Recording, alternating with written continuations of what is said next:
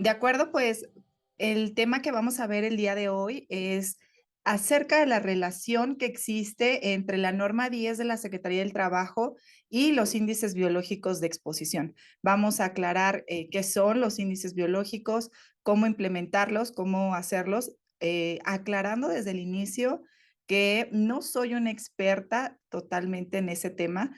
Voy a darles la relación que existe entre esta herramienta y la norma en la que sí manejamos y la que domino, pero es porque muchos de nuestros clientes, nuestros vendedores, han hecho preguntas acerca de, bueno, ¿qué pasa con estos índices biológicos que son mencionados en la norma 10, ¿de acuerdo?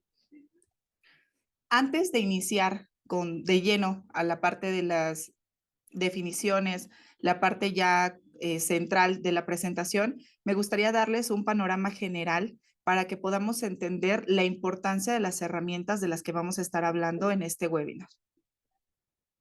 Bueno, en cuanto a enfermedades del trabajo, en el mundo, las estadísticas mundiales nos dicen que del 100% de las fatalidades que ocurren asociadas al trabajo, 14% están relacionadas con accidentes y un 86% con enfermedades ocupacionales. Esto equivale aproximadamente a 350,000 muertes al año por accidentes en el trabajo y 2 millones por enfermedades, ¿de acuerdo?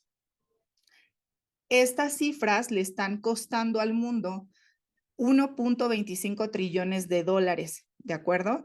Y esto, valor monetario, esta cantidad equivale al 4% del Producto Interno Bruto a nivel global. Es decir, estamos hablando de una cantidad pues bastante importante y alta, referenciado al costo que le está generando al mundo tener todas estas fatalidades o estos accidentes o enfermedades en el trabajo. Otro dato importante y alarmante a la vez es que actualmente hay 160 millones de personas que tienen enfermedades del trabajo, ¿sí? Estos datos según la Organización Internacional del Trabajo, la OIT. ¿De acuerdo? Si vemos, son números bastante importantes, cifras bastante grandes y hay que pues empezar a poner atención a estos números. En una estadística ya al día, diaria, estamos hablando de que mueren 7,500 personas debido a condiciones del trabajo inseguras e insalubres. Este dato de 7,500 personas al día equivale al 7% de las muertes a nivel mundial. Es decir, del 100% de muertos que hay al día en el mundo, pues 7% equivalen a solo condiciones del trabajo inseguras e insalubres. Ahora, de estos 7,500 fatalidades o de estas 7,500 muertes, solo 1,000 se deben a accidentes en el trabajo, ¿sí? Solamente 1,000. Las otras 6,500 se deben a enfermedades profesionales. Aquí podemos ver una diferencia importante en cuanto a números y podemos ver que en realidad la carga más fuerte o la carga más importante de las fatalidades, pues se deben a la parte de las enfermedades profesionales, no tanto a los accidentes. Sin embargo, en México, ya hablando del territorio nacional, se le da actualmente mucha importancia a la parte de los accidentes en el trabajo. Se ha vuelto muy popular, muy común llegar a una planta, a una industria y encontrar el famoso calendario de llevamos X días sin accidentes, ¿no? En el trabajo. Llevamos un año sin accidentes en el trabajo, ¿no? Hoy es el día número 627 sin accidentes en el trabajo. Se le ha dado mucha importancia a este aspecto y se ha dejado de ver la parte de las enfermedades profesionales. Esto tiene una razón y es que cuando una persona muere por un accidente en el trabajo, es muy sencillo hacer ese vínculo.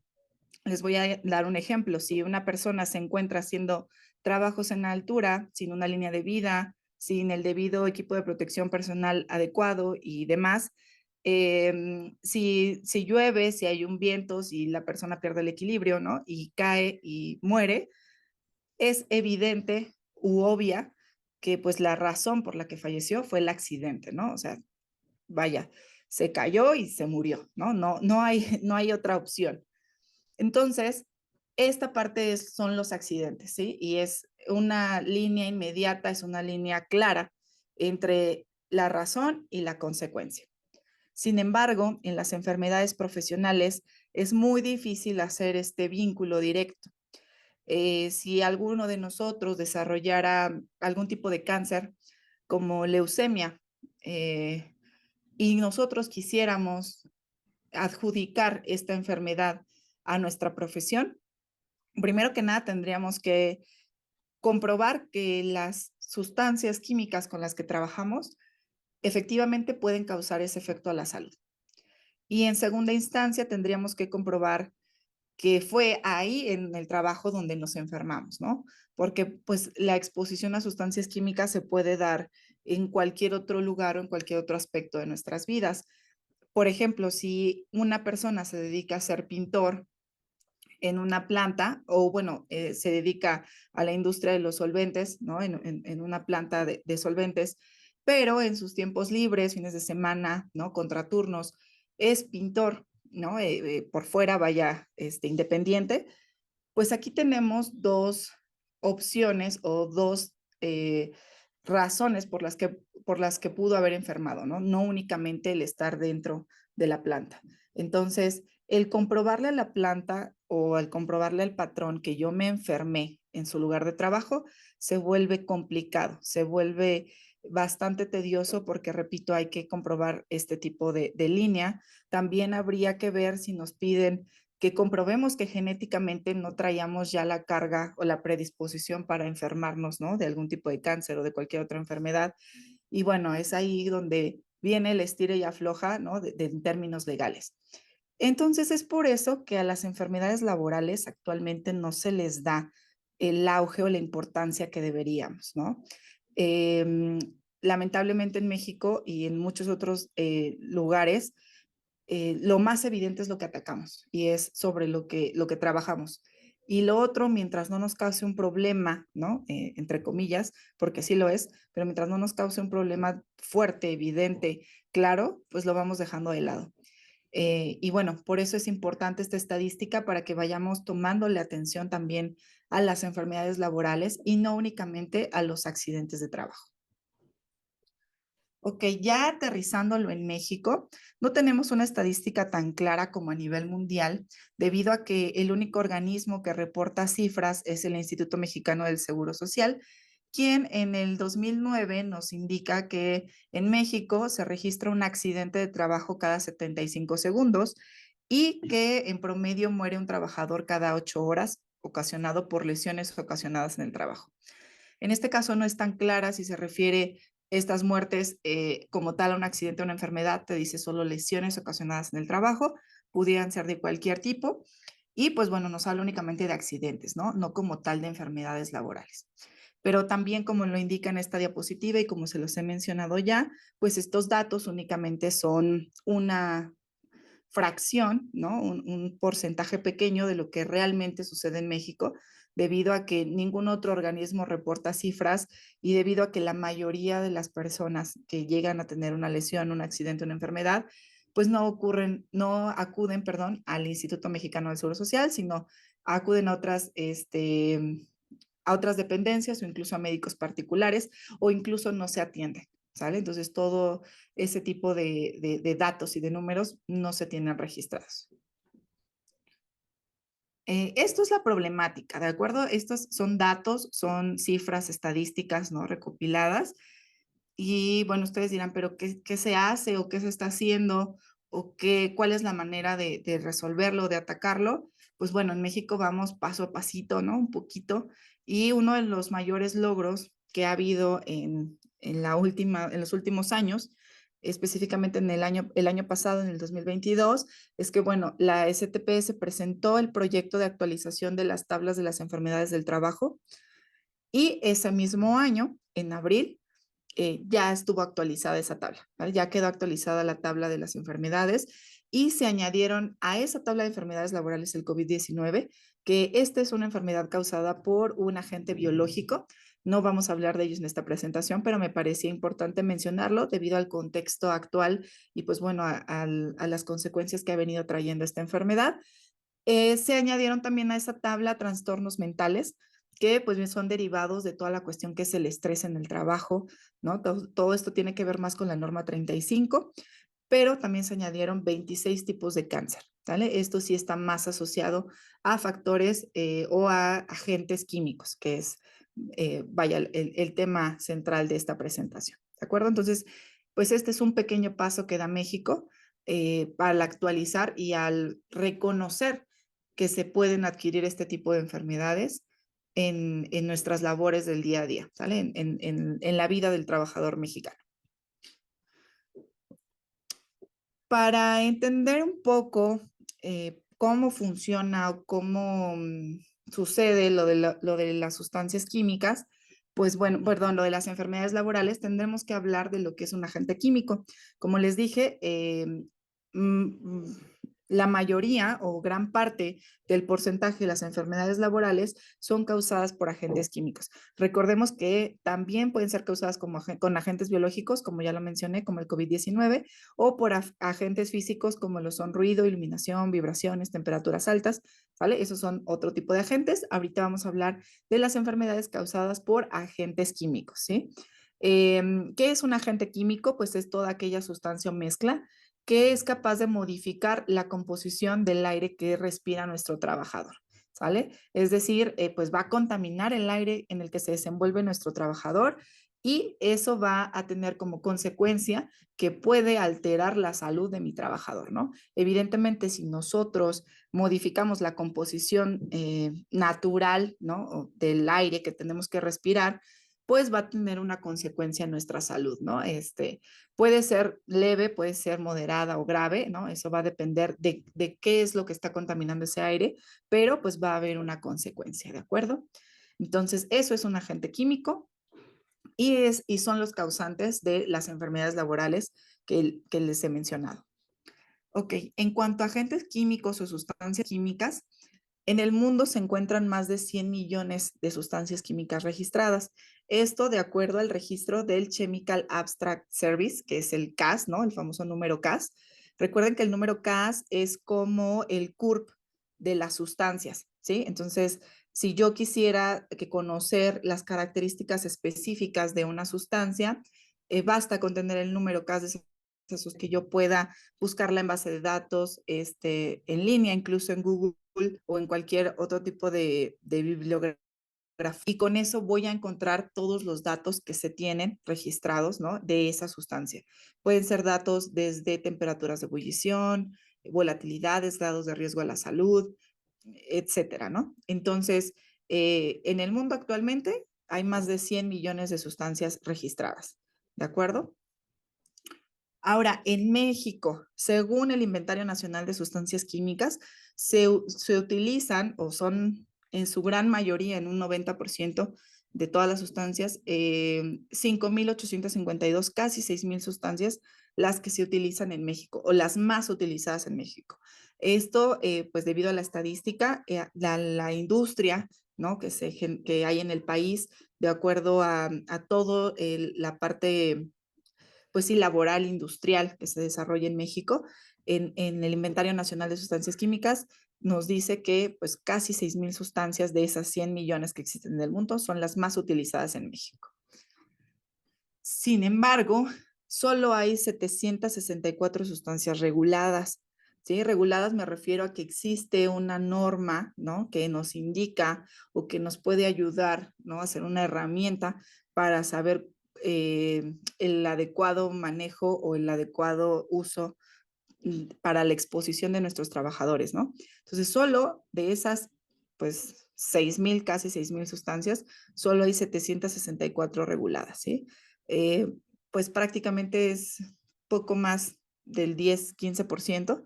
Realmente no tenemos un buen número, no lo considero un buen número para nada, pero es la herramienta con la que actualmente contamos, es la norma 10 de la Secretaría del Trabajo y es lo que actualmente es normativo en México y a lo que nos tenemos que apegar, ¿sale? Pero pues bueno, ahí sí hay que considerar que pues no tenemos ahí consideradas todas las sustancias que pudieran llegar a utilizarse en la industria o en nuestra planta. Ok, en esa norma 10, ¿cómo vienen reguladas las sustancias o cómo es que se nos presenta esa regulación? Pues bueno, en la tabla I.1 de la ya mencionada norma vamos a encontrar esta información, ¿no? Esta tabla que aquí les presento. En la primera columna vamos a encontrar números en consecutivo que van del 1 al 764. La segunda columna es el nombre de la sustancia química en cuestión. La tercera columna nos habla de la alteración o el efecto a la salud que llega a tener esta sustancia en nuestro cuerpo. ¿Sí? La siguiente columna es el peso molecular de la sustancia. A continuación tenemos el número CAS, que les hablaba de este curve de la sustancia, ¿no? Luego tenemos la columna de las connotaciones, que va a ser importante a continuación. En un momento me regreso a esa columna. Y por último tenemos la columna, ¿no?, que se divide en dos, del valor límite de exposición. Este valor límite de exposición es donde viene esta regulación de las sustancias, ¿sí? Este valor límite es, como su nombre lo dice, ¿no?, un límite de exposición al que nuestros trabajadores pueden estar, valga la redundancia, expuestos durante su trabajo, ¿sí? Si ven, las unidades de este valor límite son unidades de concentración, viene una unidad de masa sobre un volumen. Ese volumen, esos metros cúbicos son de aire, ¿sale? Entonces, es básicamente la concentración máxima que puede haber de ese contaminante en el aire que respira mi trabajador, ¿sale? En eso podríamos resumir lo que es el BLE.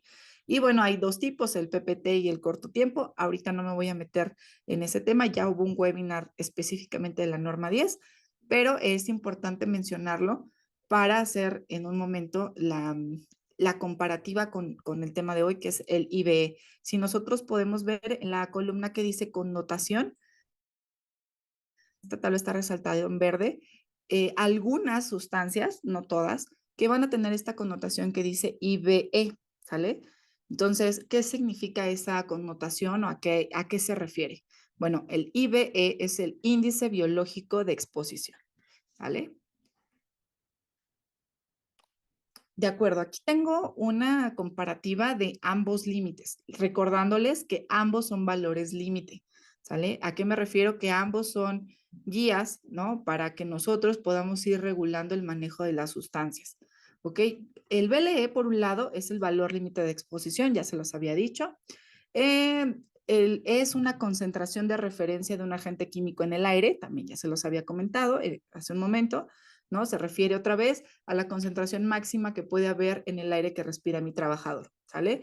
Desventajas del BLE, pues que no cuenta o no tiene en cuenta ese BLE la variabilidad individual. ¿A qué se refiere? Que únicamente te dice, ok, esta es la cantidad máxima a la que puede exponerse un trabajador, ¿sale? O a la que puede, el aire en el que se desenvuelven tus trabajadores, lo máximo que puede contener de este contaminante es esto, ¿sale? Pero no te hace diferencia entre si el trabajador que está expuesto a este aire tiene un metabolismo más rápido, más lento, la velocidad de absorción del cuerpo del trabajador, etcétera. O sea, únicamente es un BLE general para todos los trabajadores que estén en tu área de trabajo, en todas las industrias, de todos lados, de todo el territorio nacional, va a ser el mismo valor, ¿sale? O sea, no va a haber diferencia. Y la otra desventaja es que el BLE o el valor que vemos ahí toma únicamente en cuenta la vía de ingreso respiratoria, es decir, si nuestros trabajadores, la única vía de acceso a las sustancias químicas fuera respirando esa sustancia, ese valor límite de exposición sería el adecuado. Sin embargo, existen sustancias que por sus características químicas, ¿no? Son capaces de ingresar a nuestro cuerpo no solo vía respiratoria, sino por piel, por ojos, ¿sale? Por algunas otras zonas húmedas de nuestro cuerpo o incluso por ingestión, ¿sale? Las sustancias químicas pueden ingresar por ingestión. Por ingestión no me refiero a que literalmente el trabajador le esté dando un trago al tiner, ¿no? A una cucharada a alguna sal, ¿no? Sino me refiero a que pues durante la manipulación de las sustancias químicas se pueden contaminar las manos o algunas superficies con el que el trabajador tenga contacto y a la hora de tomar sus alimentos, de limpiarse la cara, de algún tipo de ademán o movimiento que acerque sus manos o cualquier superficie contaminada a su boca, pues va a ingresar también por ahí el agente químico, ¿sale? Entonces el BLE no toma en cuenta esas otras vías de ingreso, ¿sí? Ahora, el IBE, recordándoles también, es un valor límite de exposición, pero se conoce como índice biológico de exposición. Es un valor de referencia de un agente tóxico, pero ya en un aspecto individual de cada trabajador, que puede ser la sangre, la orina, aire expirado, otros fluidos corporales como son sudor, ¿no? Ese podría ser otro fluido, ¿no? Que se puede tomar en cuenta. Y este índice sí toma en cuenta las variaciones individuales, como la velocidad de absorción del químico. Es decir, cuando yo tomo una muestra, ¿no? Para conocer el valor que tengo de IBE, ¿no? O el valor que tengo de ese índice biológico, voy a tomar una muestra de un trabajador en específico. Por ejemplo, yo, Tania Juárez, ¿no? Si a mí me toman una muestra de sangre y quieren saber cuánto plomo tengo en sangre, el valor que me den va a ser para mí, es exclusivo mío, ¿sale? No va a ser de un POE, ¿no? General o de un grupo de exposición homogénea, sino va a ser para mí, para Tania. Y ese valor en sangre mío ya tiene considerado mi velocidad del metabolismo, sale la velocidad que tengo yo en particular de absorción de esa sustancia, ¿no? Ya mis particularidades como individuo, ¿sale? Y la otra ventaja es que evalúa el total de la exposición al tóxico, es decir, ese sí toma en cuenta todas las vías de ingreso. ¿Por qué? Porque ese indicativo ya es de mi sangre, de mi orina, de mi sudor, ¿no? O sea, ahí ya va toda la concentración de todo el químico que yo absorbí por todas las vías de ingreso que fueran posibles, ¿sale? Entonces, esa es la ventaja que tiene el índice biológico de exposición sobre el BLE. Desventajas, que bueno, son pocas las sustancias de las que tenemos un BLE, todavía son muchas menos las sustancias para las que se conoce un IBE, ¿sale? Entonces, hay muchas menos sustancias que cuentan con este valor, ¿de acuerdo? Ok. ¿Dónde es donde entra esta relación o este enlace entre uno y otro? Bueno, en la norma 10, ¿sale? Que es donde nos indican los BLEs, en las obligaciones del patrón, específicamente en el numeral 6.5, te dice que una de las obligaciones del patrón es realizar el monitoreo biológico por la exposición química al personal ocupacionalmente expuesto y cumplir con las disposiciones de la norma 047 SSA 1-2011 o las que la sustituyan. Es decir, si después de esto hubiera una actualización, pues esa es a la que tendremos que hacer caso. Actualmente esta es la vigente, la del 2011. Entonces, ahí es donde entra esta relación, es donde están enlazadas estas normas en las obligaciones del patrón de la norma 10. Nos hace referencia, nos menciona, nos envía a esta norma, ¿sale? ¿Y qué dice esa norma, no? Es lo importante de esta presentación. ¿Qué hay que hacer según la norma de salud que nos indica en la norma 10? Bueno, en el numeral 6.1 nos dice que es obligación del responsable del establecimiento, es decir, obligación del patrón, realizar el monitoreo biológico de la exposición química. Monitoreo biológico se refiere justamente a la determinación de los IBS, ¿sale? Lo que les acabo de mencionar. ¿A quiénes? Al personal ocupacionalmente expuesto y cumplir con las disposiciones de la presente norma, es decir, la norma 047 de SSA 1, ¿ok? En el numeral 6.4 de esas mismas obligaciones dice que para realizar estos monitoreos, los monitoreos biológicos, ¿sale? Se debe utilizar a los laboratorios autorizados por la Secretaría de Salud, ¿sale? Este tipo de monitoreos no lo realizamos aquí en Grupo Secobam. No es responsabilidad de quien les hacemos la norma 10 hacer los IBs, ¿de acuerdo? Esto se lleva a cabo de manera independiente, pero paralela, ¿sale? A la norma 10, pero con un laboratorio que esté autorizado por la Secretaría de Salud, ¿vale? Hay laboratorios muy comerciales, ¿no? Como el Chopo, Laboratorios Polanco, ¿sale? Que cuentan con esta autorización y con las que yo puedo hacer estas mediciones, ¿sí? Entonces, es responsabilidad del patrón hacer estas evaluaciones, pero con un laboratorio acreditado por la Secretaría de Salud. Ok, ¿cuándo hay que hacer estas mediciones o en qué casos? ¿No? Ahí dice que es obligación hacerlas, pero ¿cuándo sí o cuándo no? La misma norma, la 047, en el numeral 7 nos da las pautas o nos da las guías para saber cuándo hay que utilizarlos. En el numeral 7.1 nos dice que para cualquier sustancia que sea carcinogénica, mutagénica, teratogénica, tóxica para la reproducción, que sea sensibilizante o un disruptor endocrino, ¿sale? O sustancias químicas tóxicas persistentes, se tienen primero que nada que tomar las medidas preventivas, todas las razonablemente factibles. O sea, esto quiere decir todo lo que yo pueda hacer para que mi trabajador esté lo menos expuesto, lo tengo que hacer, ¿sale? Además, tengo que hacer el monitoreo ambiental personal. Cuando aquí menciona, y cada que yo mencione de aquí en adelante monitoreo ambiental personal, estoy haciendo referencia al monitoreo de la norma 10, ¿sale? Ahí sí estoy haciendo referencia a ese monitoreo, ¿ok? Pero también dice que hay que realizar el monitoreo biológico, ¿sale? Y el monitoreo biológico se refiere a esta norma, a la norma 47 de la Secretaría de Salud, ¿ok? Entonces, para cualquier, repito, para cualquier sustancia carcinógena, mutagénica, teratogénica, etcétera, es obligatorio realizar el monitoreo biológico y el monitoreo ambiental, ¿sale? Y todo el personal ocupacionalmente expuesto debe estar incluido en un programa de vigilancia específica de la salud, ¿sale? Todo el POE que esté expuesto a este tipo de sustancias va a un programa de vigilancia específico de la salud, ¿sale? ¿Qué programa? ¿Cómo tengo que hacer mi programa? Bueno, esto tiene que ser asesorado directamente por un médico ocupacional, ¿vale? Ese es el deber del médico ocupacional.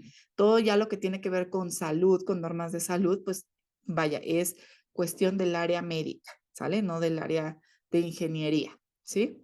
Ok, entonces, hay que hacer para estas sustancias o en el caso de estas sustancias, el monitoreo biológico tiene que ser anual, ¿sale? Aquí lo dice cada año. Yo tengo que evaluar a todo mi personal ocupacionalmente expuesto cuando el contacto es con este tipo de sustancias. Repito, carcinogénicas, mutagénicas, teratogénicas, tóxicas para la reproducción, sensibilizantes, disruptores endocrinos o sustancias tóxicas persistentes. ¿Sale?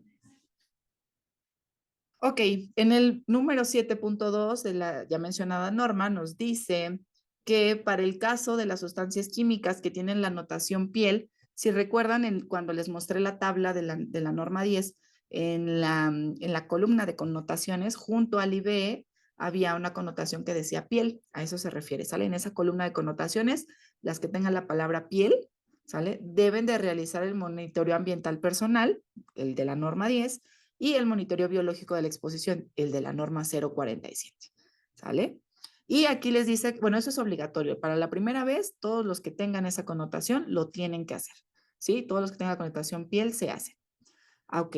Ahora, si el monitoreo biológico, es decir, una vez este, que yo realice mi monitoreo y ve excede ese valor, pues tengo que colocar a mi personal en un programa también de vigilancia a la salud, ¿sale? Y tendríamos que actuar de acuerdo a las medidas que se especifican en la norma 010 STPS. En este caso hace referencia a la norma del 99. Este texto está copiado directamente de la norma 047 del 2011 y para ese entonces todavía no estaba emitida la norma 10 actual, que es la del 2014, ¿sale? Pero cuando ustedes vean ahí que dice del 99, nos estamos refiriendo ya en el día de hoy a la norma actual, que es la del 2014, ¿sale? Entonces, se tendrán que aplicar las medidas que dicen en la norma 10, ¿sí? Y el monitoreo biológico, si el monitoreo biológico de exposición no excede, ¿no? Lo que está descrito en esta norma, entonces el monitoreo biológico será anual, ¿sale? Ya año con año realizar este mismo monitoreo. Ok, cuando las concentraciones, bueno, perdón, en el punto 7.3 nos dice que cuando las concentraciones resultantes del monitoreo ambiental personal, es decir, basados en mis resultados de la norma 10, ¿sale? Cuando esos resultados sean menores al nivel de acción, recordando que el nivel de acción es la mitad de mi valor límite de exposición. Ejemplo, si mi valor límite de exposición para una sustancia es de 100 partes por millón, mi nivel de acción va a ser 50 partes por millón, ¿de acuerdo? Entonces, cuando los resultados de mi norma 10 me digan que ese resultado está por debajo del nivel de acción, ¿sale? No será obligatorio realizar el monitoreo biológico de la exposición, es decir, esta norma no será necesaria aplicarla. Ojo con sus excepciones, ¿eh? La excepción es el primer punto que vimos, que es si es una sustancia mutagénica, teratogénica, ahí sí, ese punto sigue siendo válido. Pero para el resto de las sustancias que no sean de esas características, si mis resultados de norma 10 están por debajo de mi nivel de acción, no tengo que realizar este monitoreo, ¿sale? No es necesario. Ahora, en el punto 7.4 de la norma de salud nos dice que si los resultados de mi norma 10, ¿sale? Son o salen entre el nivel de acción y el BLE, es decir, para el ejemplo que acabo de dar, si mi resultado cae entre los 50 y los 100 partes por millón, ¿sale? Se debe realizar de inmediato el monitoreo biológico de la exposición, ¿sale? O sea, si en el otro era, pues no es necesario, aquí es una vez que tenga mis resultados de norma 10, si mis resultados están entre el nivel de acción y el BLE, es obligatorio realizar de inmediato esta norma, ¿sale? La aplicabilidad de esta norma. Se tienen que hacer esas mediciones, esos monitoreos de esos índices biológicos. Ok, en el punto 7.5 vemos que cuando los resultados de mi norma 10, ¿sale? Estén por encima de mi valor límite permisible, es decir, por el valor límite de exposición, por el BLE, ¿sale? Tengo que meter de inmediato a ese personal ocupacionalmente expuesto a una vigilancia a la salud, ¿sale? Enfocada a la detección del daño precoz a la salud. Este punto lo quiero explicar un poco más a profundidad. Se refiere a que si yo ya tengo mi monitoreo ambiental, ¿sale? Mi BLE, y salí fuera de norma, o sea, salí por encima del valor que la norma me indica, yo ya no tengo que realizar un índice biológico de exposición porque yo ya desde mi monitoreo ambiental personal estoy detectando que tengo una sobreexposición. O sea, ya el índice biológico de exposición es, bueno, tú podrías hacerlo, sí, pero ya desde la primera norma tú estás viendo que estás por encima de lo que te permiten. Entonces, ahí es casi evidente que puede tener una afección a la salud tu trabajador. Por eso es que te pide que de inmediato los metas a una vigilancia a la salud, ¿sale? Y que tienes que detectar el daño precoz a la salud. Ahí ya tienes que hacer una vigilancia enfocada a detectar si ya tu trabajador tiene daños, ¿sale? Si ya tiene consecuencias de esta sobreexposición, ¿sale? Ok. Bueno, dependiendo de la sustancia química, el medio donde vamos a medir estos índices biológicos, pues serán aire exhalado, orina o sangre, ¿sale? Esto de acuerdo a la norma 47. ¿Cómo vamos a saber si estamos cumpliendo o no? En la norma 47 viene esta tabla que es, pues podríamos decir que asemeja o es similar a la que viene en la norma 10, es en el apéndice normativo A. Y aquí vamos a encontrar en la primera columna el nombre de la sustancia, ¿no? Que tenemos y sobre qué parámetros se va a medir. Por ejemplo, en la primera fila encontramos que se está refiriendo a la acetona, viene el número K de la acetona, y la medición de la acetona se hace en orina, ¿sale? Hay que medir la acetona, se mide en la orina, ¿ok? La siguiente columna nos dice cuál sería el momento idóneo para tomar esa muestra, ¿sale? En este caso es al final del turno del trabajo, ¿sale? Y lo máximo que esperamos encontrar de acetona, ¿sale? En la orina son 50 miligramos por litro, ¿sale? También son unidades de concentración en este caso y se refiere a cuánta cantidad de acetona hay por cada litro de orina, ¿sale? Entonces, esta es la tabla que viene en la norma 047 de la Secretaría de Salud, ¿sí? No son todas las sustancias que vienen en la norma 10, como se los aclaré desde el principio, son muchas menos sustancias las que vienen aquí, pero para las que vengan aquí es aplicable esta norma de acuerdo a las características y a los puntos que vimos ya anteriormente. ¿De acuerdo? Bueno, ya casi por último, espero que les haya quedado un poco más claro qué son estos índices. Sí, no me quiero ir sin recordarles que estas dos herramientas, el BLE y el IBE, son niveles, ¿no? Que nos dan ciertas, organizaciones, ¿no? Y basadas en ciertos estudios pero recordar que, por ejemplo, en el caso del Instituto Nacional de la Seguridad e Higiene en el Trabajo de España, nos dice que no existen niveles seguros de exposición, ¿sale? Es decir, los límites no son una línea entre el bien y el mal. Es decir, en el caso de los BLEs, hablando de la norma 10, si mi valor límite de exposición es 100 partes por millón, no quiere decir que en 99 mi trabajador está sano y que en 101 mi trabajador está enfermo, ¿sale? Son valores de referencia, ¿sale? Y como dice aquí, no constituyen una barrera definida de separación entre situaciones seguras y peligrosas, ¿sí? También nos dice el mismo instituto que todos los valores límite tienen ciertas inconvenientes o limitaciones.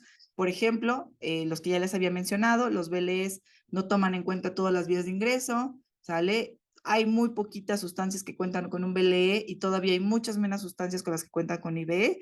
Entonces, pues bueno, esas son las desventajas de estos valores, ¿sí? Y sobre todo que los valores límites no garantizan la protección de todos los trabajadores, ¿sí?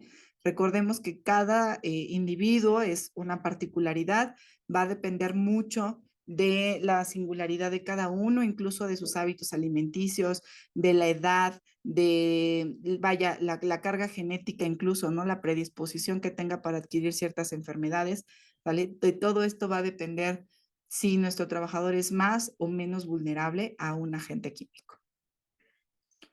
Ok, la ACGIH, ¿no? Que es la Asociación Americana de Higiene, también nos dice que los TLBs, que acuérdense que es por sus siglas en inglés lo mismo que BLEs y los BI son los IBs, no son estándares legales. Esto, pues bueno, si cualquiera de ustedes ha tenido la oportunidad de tener los TLBs en físico, ¿no? El librito, en la contraportada nos dice esta leyenda, ¿no? Que los valores manifestados ahí son una pauta, ¿sale? Y que hay que utilizarlos con precaución y solo por higienistas industriales para tomar decisiones, ¿sale? Pero que no deberían ser estándares legales y que no recomiendan que sean así. Sin embargo, pues bueno, en México se volvieron una pauta legal, tanto así que están normados, pero ahora sí que fue la herramienta que encontró México, que encontró el gobierno para empezar pues a regular el uso de las sustancias. Quizá no fue la mejor decisión, no lo sabemos, quizá más adelante se cambie, pero bueno, esto nos da una mirada que en realidad la misma asociación que emite estos valores nos indica o nos hace la advertencia, ¿no? Que son pautas, ¿sale? Son guías, no tenemos que tomarlos así literalmente o a rajatabla, ¿de acuerdo? Entonces, todo esto enfocado a que la importancia de todas las herramientas que utilizamos o el enfoque tiene que ser al cuidado de la salud de nuestros trabajadores, ¿sí? Bueno, esto ha sido todo. Es todo lo que tenía que decirles el día de hoy. Espero que haya sido claro, que haya sido una información que les funciona, que les sirva y pues bueno, quedo pendiente aquí de sus dudas, de sus preguntas. Si alguien tiene alguna duda, puede escribirla en el chat o levantar la mano. Ok, aquí está la primera pregunta. La primera pregunta dice, ¿qué pasa si la autoridad nos requiere exámenes médicos de unas sustancias, pero la evaluación está menor al nivel necesario de acuerdo con la tabla 17 de la norma 10, bueno, de la tabla I.1 creo que era? Ok, de acuerdo. En este caso, nosotros tendríamos que ver por qué nos están requiriendo esta medición, ¿sí? Recordemos que, pues, una cosa es lo que nos indica la normatividad, como ya lo vimos aquí, y podríamos pelear ese punto, ¿no? Decir, mira, pues la normatividad me dice que si mi resultado está por debajo del nivel de acción, no es obligatorio que yo realice estas mediciones. Pero evidentemente, si tenemos un buen argumento de el auditor o quien nos los esté solicitando, pues tendríamos que hacerlo. Yo en lo particular, pues no podría darles una respuesta así de no lo hagan, sí lo hagan, porque esta norma es más de la Secretaría de Salud, tendrían que consultarlo directamente con un médico, ¿sí? Pero muy particularmente pienso que no hay esfuerzos mínimos por la salud del trabajador. Vaya, yo lo haría, ¿no? Lo haría para comprobar que efectivamente no hay alteraciones a la salud de mi trabajador.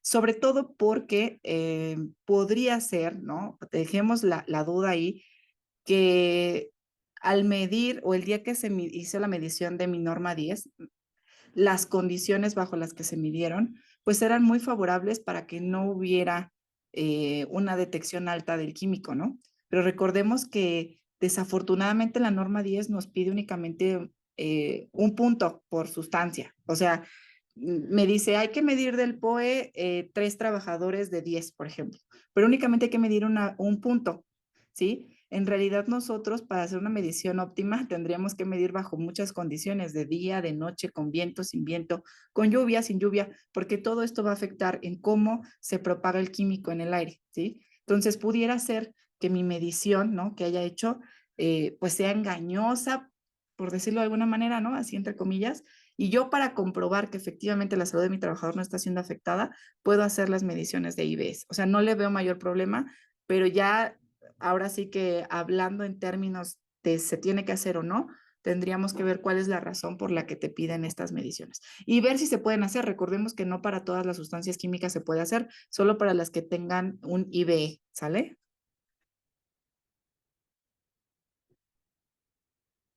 Ok, tenemos aquí otra pregunta que dice de Adriana Mendoza.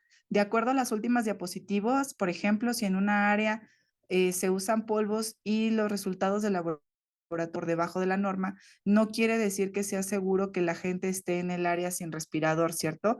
Efectivamente, quiere decir que de acuerdo a las mediciones o los monitoreos, pues tenemos un límite seguro, vuelvo a poner entre comillas, porque otra vez recordando lo de las últimas diapositivas, no hay niveles seguros, ¿sí? Entonces siempre es bueno tener todos las herramientas para disminuir la exposición del trabajador lo más que se pueda, ¿sale?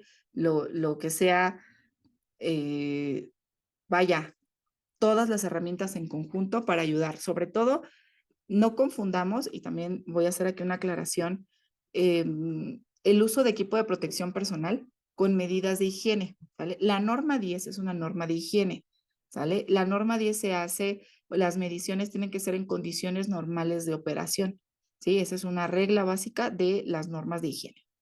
Pero ¿qué pasa si un día yo tengo un evento que sea o que caiga fuera de lo que es una condición normal, ¿no? Que tenga una emergencia, que tenga una sobreexposición, que tenga más polvo de lo que yo espero.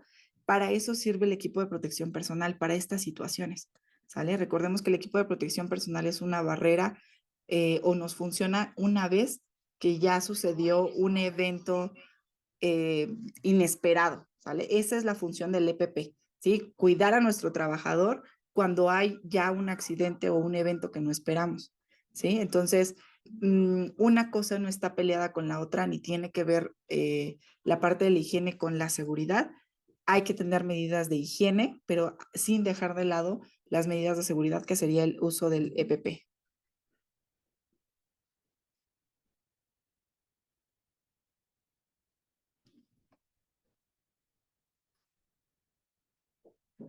Ok, la siguiente pregunta dice que el hecho de que nuestro estudio arroje valores dentro de la norma tampoco exime la realización de estudios, ¿cierto?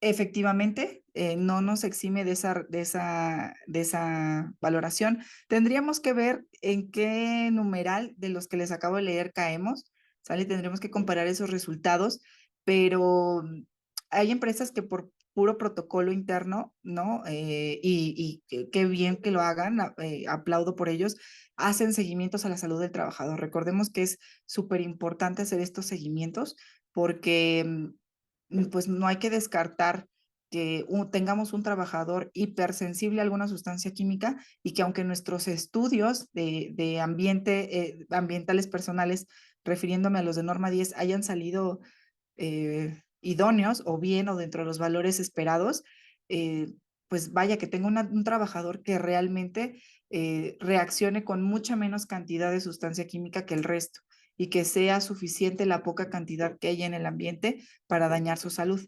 ¿sale? Entonces, hay que tener cuidado con eso, con las particularidades de cada trabajador. Ok, el humo por combustión, ¿cómo se mide? Bueno, en cuanto a norma 10, pues primero tendríamos que ver de qué está compuesto ese humo de combustión. Recordemos que la composición de los humos van a variar de acuerdo al combustible del que estemos hablando. No es lo mismo tener un humo de combustión de una gasolina, de un diésel, que de un combustóleo, madera, ¿no? Dependiendo de dónde provengan esos humos de combustión, es primero ver de qué está compuesto ese humo y ver qué es lo que hay que medir de ese humo. ¿Sale? No se mide de manera global, así humos de combustión, no, se miden los componentes de los humos de combustión, ¿sale?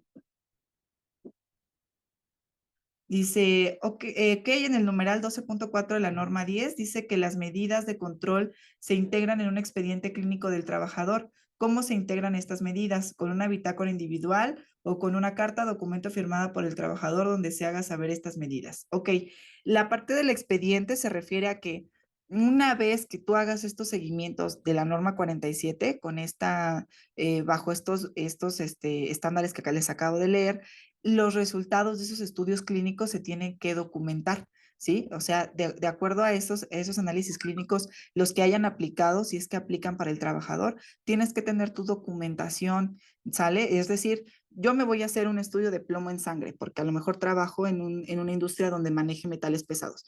Y me toca hacerlo cada año, ¿no? De acuerdo a lo que dice la norma 47. Recuerden que para las vigencias hay que irse a la norma 47. Entonces, yo si en esa empresa duro 10 años, 20, tengo que tener mis 20 resultados, ¿no? Todos los resultados que vayan hasta, desde el momento en que se emitió la norma, ¿no? Que se empezó a hacer vigente hasta lo que lleve hoy.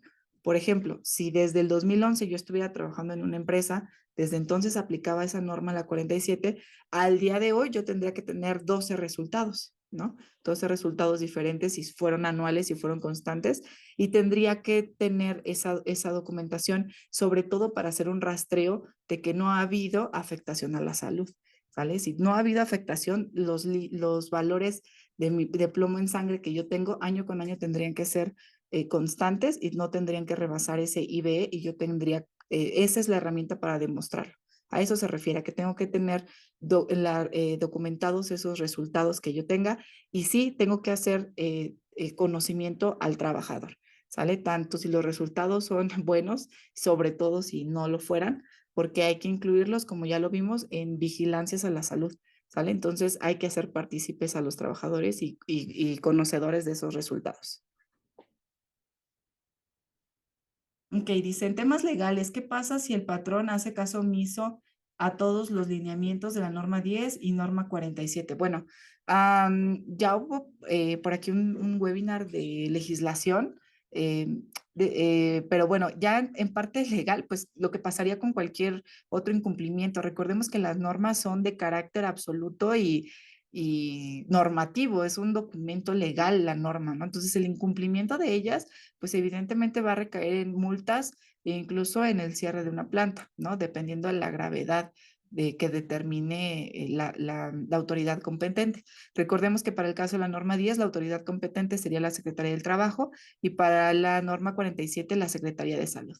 Entonces, son daños graves porque es daño directamente a la salud del trabajador, entonces pues mejor realizarlos y no averiguar hasta dónde podrían llegar las consecuencias, ¿no? Definitivamente son multas altísimas pues podrían recaer en el cierre de una planta o de una industria.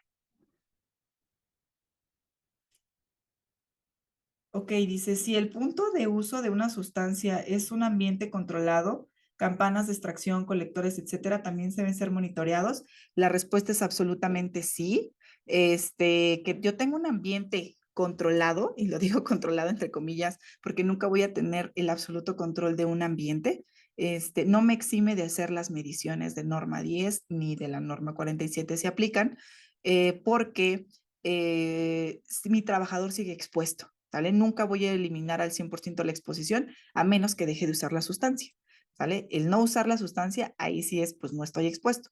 Pero así yo tenga campanas de extracción, colectores de polvo, inyección y extracción de aire, siempre va a haber exposición del trabajador y yo tengo que medirla. Evidentemente, estos controles, se llaman controles técnicos, pues van a impactar en mi resultado. Es decir, si son buenos controles técnicos, si están siendo eficientes, pues los resultados de mis mediciones van a ser favorables, van a ser indicativos de que lo estoy haciendo de manera correcta, ¿sale? Pero en ningún momento, ningún punto de la norma me dice, ay, si cuentas con controles, no tienes que hacer las mediciones. No, no hay algún factor que me exima de las mediciones. Si tengo sustancias químicas, me aplica la normatividad.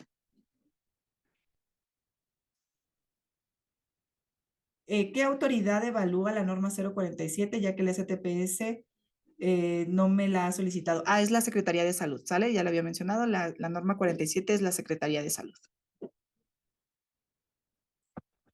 Buen día, una pregunta. Si un centro de trabajo cuenta con un inventario de 50 reactivos químicos y si solo se usa con frecuencia en la jornada laboral 10 reactivos, únicamente debo contar con ese tipo de análisis correspondientes a los 10 reactivos, ¿es correcto? No, no depende como tal de tengo 50 y la mayoría de veces solo uso los 10. Para saber de qué sustancias tengo que hacer mediciones, en el caso de la norma 10, primero tengo que hacer un reconocimiento, se va a campo, se analizan diferentes factores del uso de las sustancias, se platica con los trabajadores que tienen el contacto con estas sustancias para hacerles preguntas acerca de con qué frecuencia las utilizan, en qué cantidades, bajo qué condiciones, y una vez que tengamos todos esos datos, se procesan de manera documental junto con la información bibliográfica de las sustancias en cuestión, y es cuando entonces se determina si una sustancia puede ser evaluada o no. Yo no puedo determinar a priori o así a decir tú sí, tú no, esta sí la uso, esta no, qué voy a medir y qué no. Hay un procedimiento documentado, hay un procedimiento que tiene lineamientos que están normados. En la que me quedé de Daniel Serrano era si la Secretaría de Salud evalúa la norma 47, entonces ¿en qué momento me la podría auditar, ya que a la fecha no hemos tenido alguna visita de esta dependencia? Ok, el que no hayan tenido una visita de esta dependencia, pues no quiere decir que en algún momento la tengan. Recordemos que pues las dependencias del gobierno actualmente pues tienen deficiencia no, perdón, tienen escasez de personal y por lo tanto no pueden estar haciendo como auditorías continuas, pero ojo con esto, hay que tener, el que no tengamos una vigilancia no quiere decir que no tengamos que hacerlo, ¿sale? Es como cuando dicen el desconocimiento de la ley no me exime de cumplirla, es lo mismo, porque en algún momento, si llega la secretaría y se los pide y les pide retroactivo, ¿no? Los estudios que tuvieron que haber hecho y no los presentan, pues podría ser causal de multas, ¿sí? Entonces, otra razón por las que podría llegarles a auditar Secretaría de Salud es que sus trabajadores, ¿no? Lleguen al IMSS enfermos. Recordemos que ustedes pues tienen seguro social, tienen un registro patronal y cuando los trabajadores acuden al IMSS se lleva una estadística, se lleva un registro. Entonces, si suponiendo, ¿no? Que la empresa Patitos de Hule, SADCB, dicen, oye, ya vinieron 10, 15 trabajadores enfermos de lo mismo, traen mucha tos, traen pulmones irritados, o sea, es la misma sintomatología. Pues, ojo, quiere decir que puede que se estén enfermando en la planta, ¿vale? Porque cumplen con las mismas características y eso sería un foco rojo para la Secretaría de Salud y harían una inspección. O como se dan la mayoría de las vigilancias en caso de una denuncia anónima, ¿no? De algún trabajador o de alguien de la planta, ¿no? Que pudiera conocer de esto y decir, bueno, creo que me enfermé en planta, pudiera ser que venga de ahí, entonces podrían tener una inspección.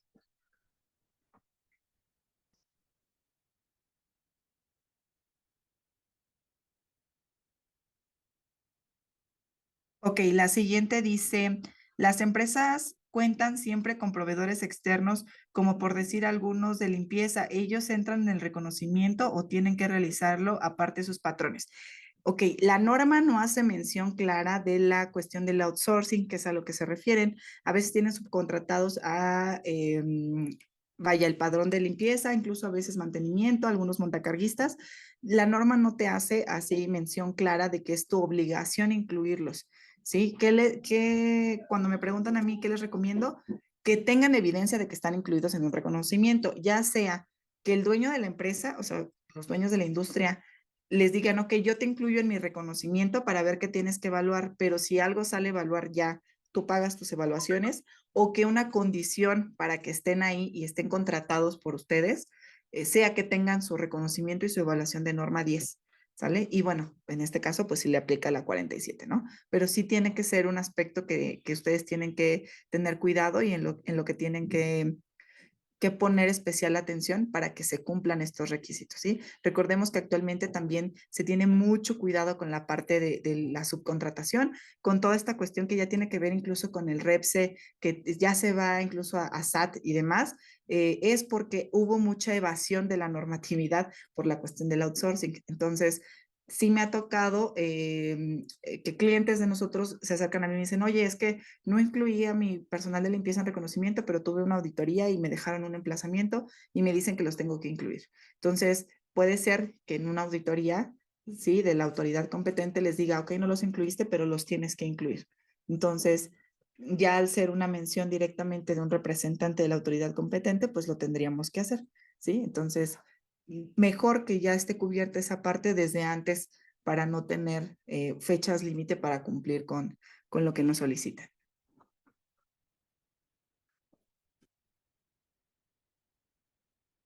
Ok, la siguiente dice Irma López, si algún agente contaminante no se encuentra en la norma 10 o la 47, hay otras referencias internacionales donde nos podemos tener más información. Son muy poquitas las sustancias las que hay y creo importante como patrón buscar otras referencias. La duda es que si existen aquí laboratorios que puedan medir las 0,10 sustancias que no estén ahí listadas. Ok, muy buena pregunta. La realidad es que sí, son muy pocas las sustancias que están en la norma 10, muy pocas las sustancias que se tiene un límite ahí y en la 47 muchas menos.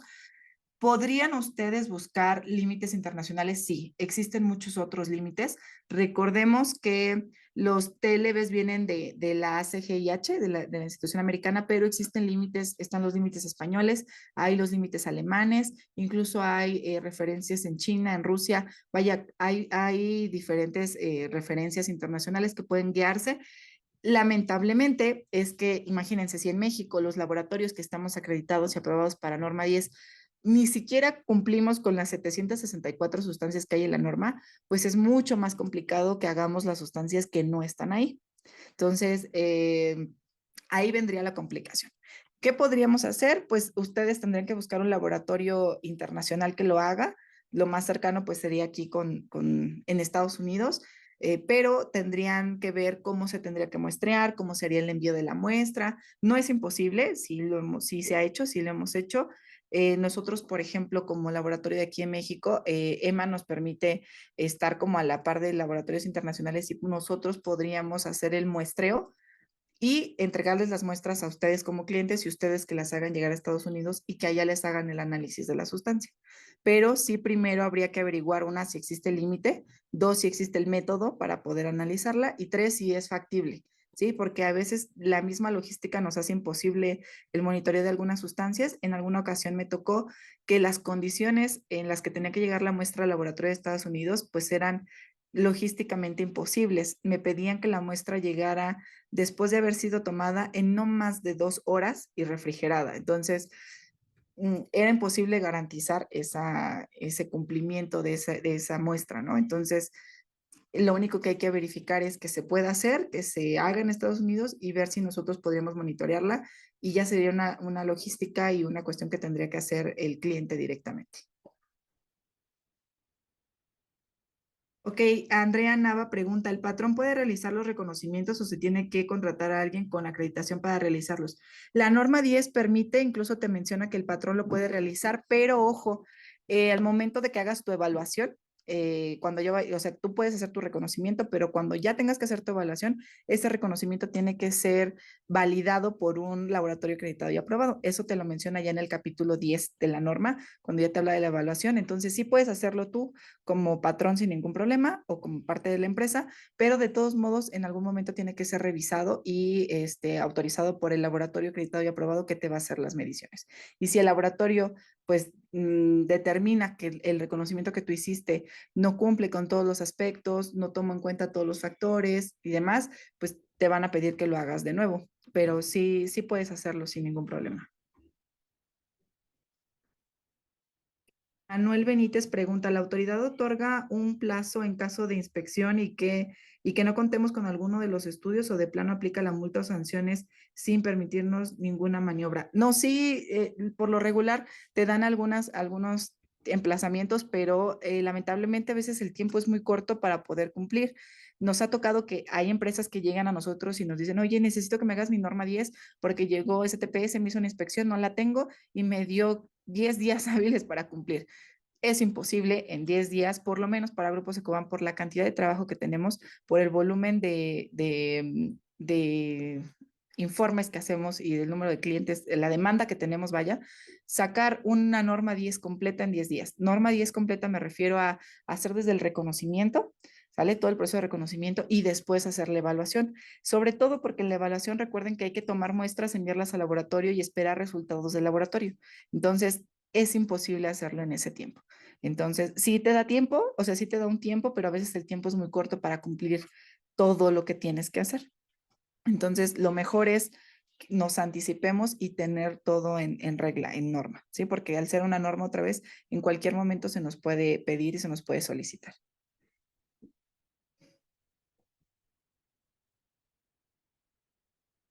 Ok, Omar Jiménez dice, si la autoridad nos dice que en el programa de vigilancia a la salud establezcamos el tipo de vigilancia, ¿a qué se refiere? Ah, ok. Sí, la verdad es que la norma 47 es redundante en ese aspecto, te dice que implementes la vigilancia a la salud correspondiente de vigilancia a la salud. Se refiere está haciendo alegoría a la misma norma, o sea, se refiere a como tienes que implementar vigilancia a la salud de acuerdo a esta norma.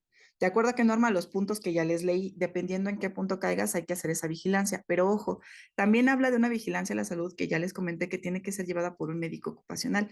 El médico tiene que determinar qué tipo de vigilancia necesita, porque el médico tiene que primero ver resultados de los de norma 10 y luego los resultados de la norma 47 y ver qué es lo que necesita mi trabajador. Necesita hacerse estudios de qué tipo, de qué estudios de qué tipo, ¿no? Si necesita estudios en sangre, en orina, si necesita hacerse algún tipo de tratamiento, incluso si es que el trabajador ya está afectado a la salud o está empezando a dar síntomas o focos rojos, ¿no? De que ya su salud va a estar o empieza a ser afectada. Entonces, toda parte de la vigilancia la tiene que llevar un médico ocupacional basado en estas normas, pero lo deja así muy general la normatividad de vigilancia a la salud. Lo tiene que hacer un médico, lo tiene que determinar un médico ocupacional. Ocupacional, si ustedes van con un médico general, pues no va a tener mucha idea de esta interpretación de resultados. Un médico ocupacional ya tiene más experiencia en compaginar incluso los resultados de norma 10 para determinar qué es lo que tiene que hacer y cómo lo tiene que hacer y qué estudios médicos se tienen que mandar a hacer. Ojo con esto, porque los estudios médicos, como les dije, se pueden realizar en laboratorios como el Chopo, como en laboratorios Polanco, pero como para cualquier otro estudio tenemos que llevar una orden de un médico, saber qué nos vamos a hacer. No podríamos llegar al laboratorio del Chopo y decir, oye, pues mis trabajadores trabajan con plomo, necesito que me hagas unos estudios. No, tenemos que llevar ya una orden específica de qué es lo que estamos buscando y en qué, ¿no? En qué analito, ¿no? O sea, en sangre, en orina, en sudor, en aire exhalado, y eso pues lo determina un médico, igual que la vigilancia.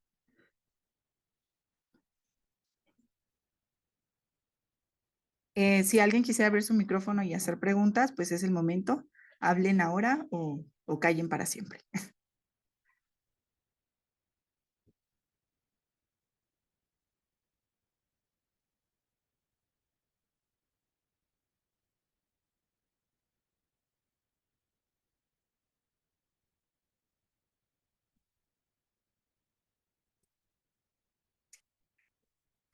Bueno, pues al parecer quedó ya todo muy claro. Les agradezco muchísimo su atención.